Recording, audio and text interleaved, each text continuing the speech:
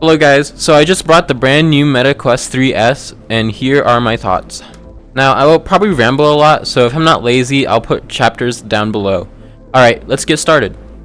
So first off, let's talk about the headset strong suit and probably its main focus, mixed reality. The Quest 3's color cameras are great and will be miles better than those from previous headsets, apart from the Quest 3.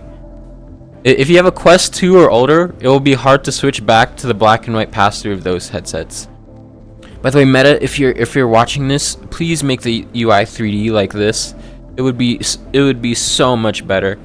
Now, reading text from a screen like my phone or monitor is still a bit challenging, like a little bit more challenging than the Quest 3, but it's still manageable and miles better than the Quest 2. Mixed reality gaming itself seems pretty good. I've only really tried the stock first encounters game because I'm pretty broke. But the experience is basically comparable to the Quest 3. Alright, that's enough for mixed reality. Now let's move on to things that you guys might actually care for. So starting off with visual quality, according to the specs, the Quest 3S uses Fresnel lenses with a resolution of 1832 by 1920 per eye, which is basically the exact same as the Quest 2. It's a shame that they kept Fresnel lenses, but it's understandable given the price point. One thing I did notice that was a little bit odd though was that the Quest 3S was just ever so slightly blurrier than the Quest 2 in my experience when both headsets were at the middle lens setting.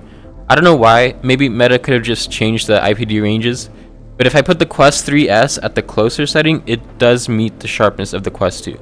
Just something to point out. Now for comfort, the Quest 3S's stock head strap is perfectly usable in my experience. It's basically the same as the Quest 3. So if you're someone with a Quest 2 that still has a stock head strap, the Quest 3S will still have miles better comfort than that thing.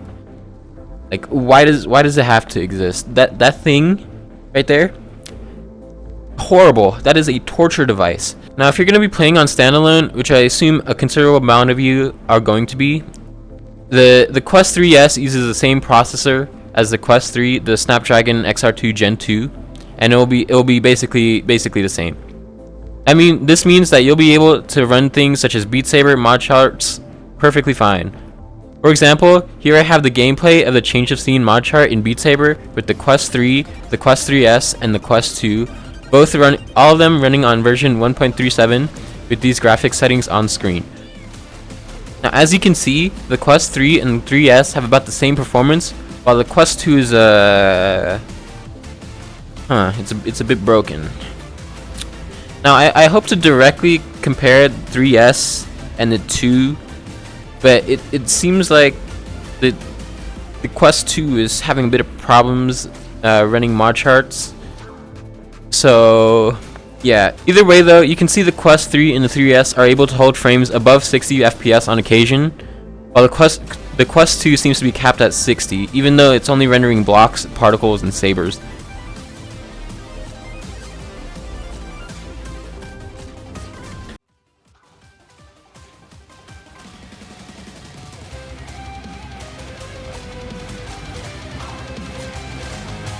Now in PCVR performance, it's basically going to be the same as like every other Quest headset. If you're using Meta Quest Link, the Quest 3S will have basically all the same weaknesses, like blocky visual quality, swing bug, and stuff like that. Alright, now the battery life. This is always like somewhat of a weakness in Quest headsets. They're always pretty short.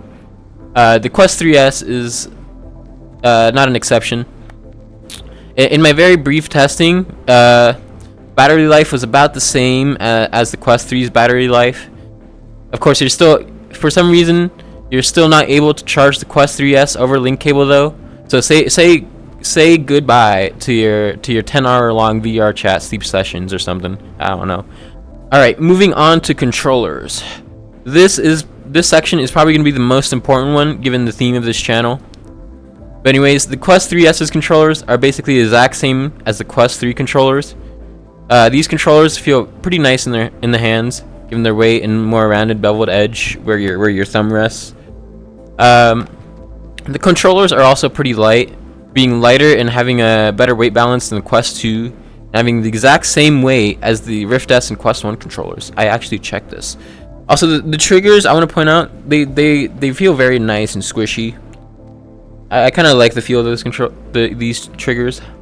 Now, because these controllers have opted for a ringless design, that means their tracking will not be the best on this headset. If you move way too fast or in an awkward way, the controllers might start to drift away from their actual location until you stop moving. Now, it won't happen all the time, but it will happen much more often than on the Quest 2. So if you care about controller tracking, you might want to keep these problems in mind. Now, let's talk about the features that Meta has sadly removed from this headset, because of course they will use any chance to get to remove useful stuff. Now, the Quest 3S for some reason has no proximity sensor, which is basically the thing between the lenses that detects whether you are wearing the headset or not. Instead, the Quest 3S will have to try and detect whether the headset is stationary in order to turn it off, which means it can be more unreliable. This means that when you put on the headset, you will have to press the power button if you want to turn it on. And if you want to put your headset down to take a quick break, you probably have to check if it's completely off, or otherwise your battery might just completely drain on you. Now, interestingly, Meta also had a bit of an Apple moment by removing the headphone jack. It's funny how the Quest lineup started with 2 headphone jacks, one on both sides, on the Quest 1, and now it is whittled away into completely nothing. Now, hopefully, this is only a way to cut the price of the headset, and not just a trend for the next VR headsets, because that would suck. Now, of course, if you wanted to use headphones, you could still plug in like a USB-C dongle to headphone jack, but it just isn't as great, and it occupies a very important port which you can use for charging or PCVR. Now, in conclusion, is this headset right for you? Now, the answer I'll give you is that it really depends.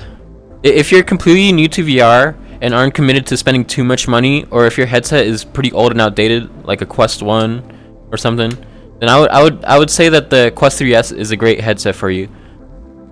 Now, if you're a Quest 2 owner, which there are a lot of you out there, and you're looking for an upgrade, I would probably not get this headset. This headset is basically a Quest 2 side grade that trades off some features like tracking performance, a headphone jack, and a proximity sensor in order to get better performance in mixed reality.